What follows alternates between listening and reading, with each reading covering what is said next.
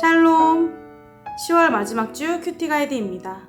이번 주 우리가 묵상할 말씀 본문은 출애굽기 20장 18절에서 22장 31절까지의 말씀입니다. 하나님이 우리에게 주시는 말씀을 깊이 묵상하며 말씀의 은혜를 누리는 한 주가 되길 소망합니다. 이번 주 본문 말씀은 지난주에 묵상한 10계명에 이어서 본격적으로 이스라엘 백성들이 지켜야 할 여러 가지 규례와 법도에 대해서 말씀하고 있습니다. 이것을 총 3가지 주제로 함께 살펴보겠습니다. 첫 번째로 하나님을 경외하는 백성입니다.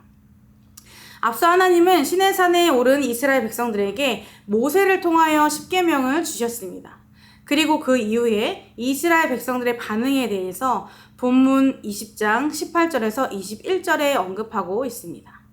하나님은 시내산에서 백성들에게 자신의 위엄을 드러내셨고 그들에게 10계명을 주심으로 이 세상을 다스리는 자가 누구인지, 이들의 주인이 누구인지 다시 한번 알려주셨습니다. 그에 반해 백성들은 시내산에 임하신 하나님을 보고 두려움에 떨었습니다. 우레와 번개, 나팔소리, 산의 연기는 그들에게 두려움 이상의 공포로 다가왔습니다. 그래서 모세는 그들과 하나님 사이의 중재자가 되어 그들에게 이곳에 임하신 하나님의 뜻을 전달합니다. 하나님은 자신을 그들 앞에 드러내심으로 이들이 하나님을 경외하며 하나님을 두려워하는 마음으로 죄를 짓지 않고 하나님의 백성답게 살아가도록 하기 위해서 그들에게 임하셨습니다. 또한 22절에서 26절을 통해 하나님께 어떻게 예배해야 하는지 말씀하셨습니다. 하나님은 이들에게 제단에 관한 법을 마련해 주심으로 이들이 하나님이 정하신 규례 안에서 올바르게 하나님을 섬길 수 있도록 하셨습니다. 이 부분에서 꼭 기억해야 할 것이 있습니다. 바로 우상을 만들지 말라는 것입니다. 이것은 본문 23절과 25절에 언급하고 있는데 23절에서는 은이나 금으로 신상을 만들지 말라고 하셨고 25절에서는 다듬은 돌로 제단을 쌓지 말라고 하셨는데 제단을 쌓기 위해서 돌을 정으로 쪼개면 그것마저 부정하게 되기 때문입니다. 이것 또한 우상을 의미하고 있습니다. 하나님은 10계명을 통해서도 가장 먼저 하나님만 섬길 것을 말씀하셨고 제단에 관한 법을 통해서도 하나님만 섬길 것을 말씀하셨습니다. 그리고 자신을 직접 드러내심으로 이들이 하나님 외에 다른 신을 섬기지 않도록 확실하게 확인시켜 주셨습니다. 본문을 통해 하나님은 율법을 통하여 은혜를 따르며 구속받은 백성이 하나님 앞에서 어떻게 살아야 하는지를 규정했습니다.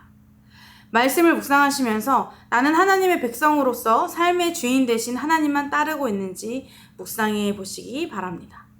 우리에게 주신 규례를 지키려고 노력하고 있는지 묵상해 보시기 바랍니다. 우리 또한 하나님의 율법을 지키는 것은 꼭 필요하고 중요한 일입니다. 다만 율법을 지킴으로 거룩함을 추구하되 이것이 자랑이 되게 하고 자신의 힘으로 지키려고 하는 것은 삼가해야 합니다. 우리의 의의가 드러날 수 있기 때문입니다. 오직 예수 그리스도를 의지하면 하나님의 은혜가 우리를 거룩하게 살 수 있도록 해줄 것입니다. 두 번째는 서로 존중하고 사랑하라입니다. 본문 21장부터는 이웃과 관련된 다양한 율법 규정에 대해 말씀하고 있습니다. 이 부분에는 이스라엘 백성이 공의로운 공동체를 이루면서 서로 어떻게 살아가야 할지에 대한 기본적인 지침이 들어 있습니다. 또한 이 부분에서는 여호와를 위해서 거룩하게 구별된 백성으로서 이스라엘 백성이 자기 신분에 어울리는 삶을 살 것을 요구하고 있습니다. 여기서 언급되는 다양한 율법 규정은 모든 사항에 대해서 자세하게 설명하진 않습니다.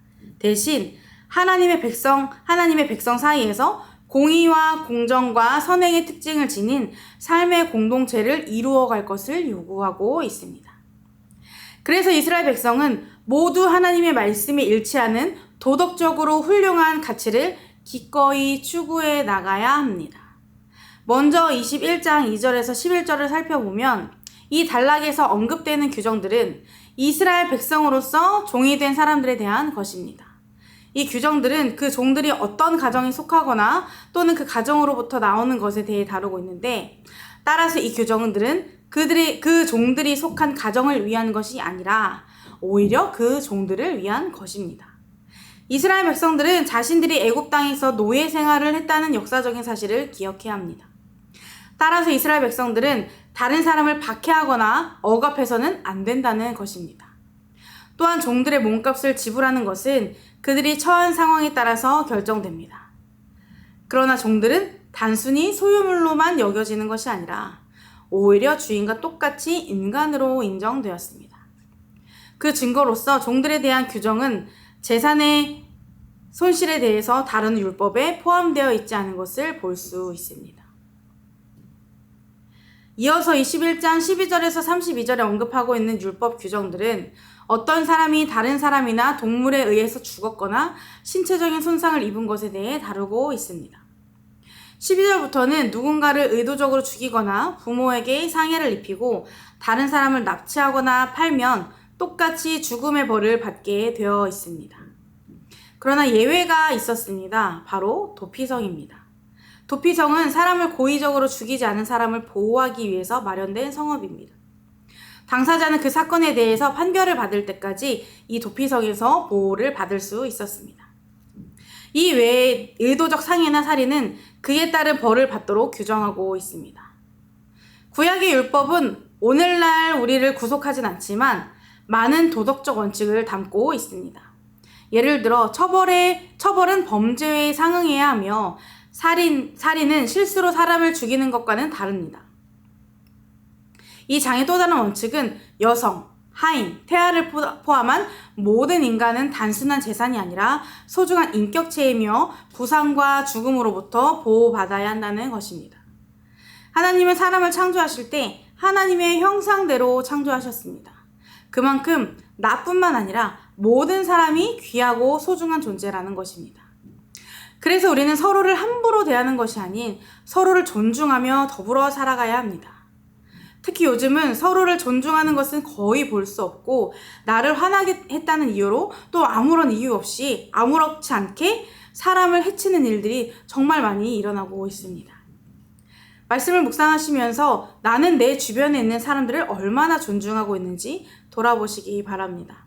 관계의 소중함을 알고 서로 다름을 인정하고 서로 화평하기에 힘쓰고 있는지 아니면 나와 다른 이들을 배척하며 존중하기보다 무시하거나 가볍게 여기고 있진 않은지 묵상해 보시기 바랍니다. 우리 모두는 하나님의 귀한 창조물입니다. 마지막으로 은혜를 기억하고 베풀며 섬겨라입니다. 이번 본문에서는 가축이나 재산상의 손해를 끼친 것과 관련된 규정에 대해 말씀하고 있습니다.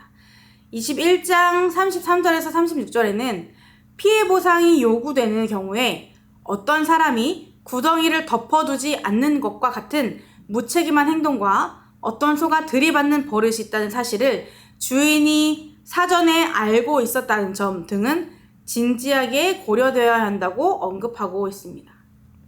그리고 22장 1절에서 15절은 도난 및 파손에 관한 율법을 다루고 있는데 어떤 사람이 자기의 물품이나 가축을 다른 사람에게 맡긴 상황에서 재물이나 가축을 도둑 맞았거나 또는 가축이 찢기거나 상하거나 죽는 사례 등이 다루어지고 있습니다. 그리고 하나님께서는 도난을 정죄하실 뿐만 아니라 잃어버린 물건에 더 많은 것을 배상하라고 말씀하십니다.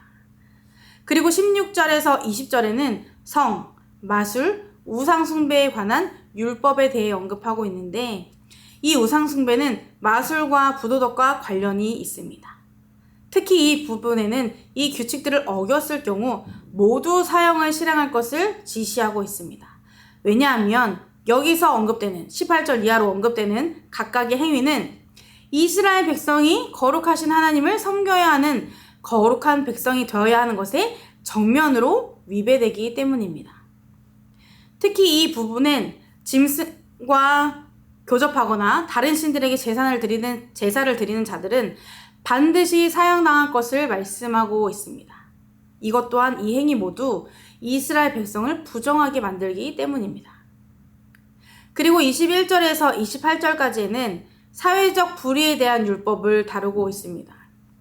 주님은 은혜로우시며 가난한 자에게는 자비를 베푸시지만 약자를 억압하는 자에게는 진노를 보이십니다. 하나님의 율법은 외국인, 과부, 고아에게 자비와 정의를 베풀어야 한다고 말씀하고 있습니다.